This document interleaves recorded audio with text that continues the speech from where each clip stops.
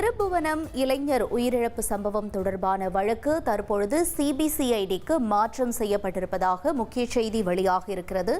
தொடர்ந்து விவரங்களோடு இணைகிறார் எமது செய்தியாளர் சசிதரன். சசிதரன், வணக்கம். ஏற்கனவே இப்ப இந்த வழக்கு தொடர்பா 5 காவலர்களுக்கு 15 நாள் காவல் இருக்கு இல்லையா? இந்த நிலையத்துல எதுக்கு இது சிபிசிஐடிக்கு மாற்றப்பட்டது? என்ன நிலவரம்? சிவகங்கை மாவட்டத்துல வழக்கு குறித்த விசாரணையை சிபிசிஐடிக்கு மாற்றம் செய்து டிஜிபி சங்கல் ஜுவார் உத்தரவு பிறப்பித்திருக்கிறார். இந்த சம்பவம் நாடு முழுவதும் பெரும் பரபரப்பை ஏற்படுத்திய நிலையில முதற்கட்டமாக 6 காவலர்கள் இந்த சம்பவத்துல காவல் நிலையத்தில் வைத்து விசாரணை மேற்கொள்ளப்பட்டார்கள். பணியிட நீக்கம் செய்யப்பட்டார்கள்.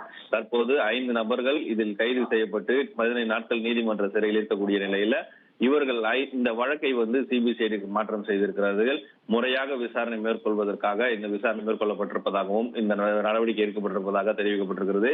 பிரேத பரிசோதனை அறிக்கையின் முடிவுகள் கிடைத்த அன்று இரவே 5 நபர்களும் கைது செய்யப்பட்டிருக்கிறார்கள். இந்த காவல்துறை வெளிப்படையான மற்றும் பாரபட்ச முறையில் செயல்பட்டிருக்கிறது. கடந்த காலங்களை ஒப்பிடும் போது 5 ஆண்டுகளில் காவல் நிலைய மரணங்கள் எண்ணிக்கை என்பது பெருமளவுக்கு குறைந்ததோடு இத்தகைய சம்பவங்கள் நடைபெறும் போது எவ்வித தயவு தாட்சியமின்றி உடனடியாக நடவடிக்கைகளை மேற்கொள்ள தமிழ்நாடு காவல்துறை பணிகளை மேற்கொண்டு வருவதாகவும் டிஜிபி தெரிவித்திருக்கிறார். அதன் அடிப்படையில் இளைஞர் அஜித்குமார் வழக்கை சிபிசிஐடிக்கு மாற்றம் செய்து வெகு விரைவில் விசாரணை அதிகாரி நியமிக்கப்பட்டு விசாரணை தொடங்கும் எனவும் டிஜிபி தரப்பில் தகவல் தெரிவிக்கப்பட்டிருக்கிறது.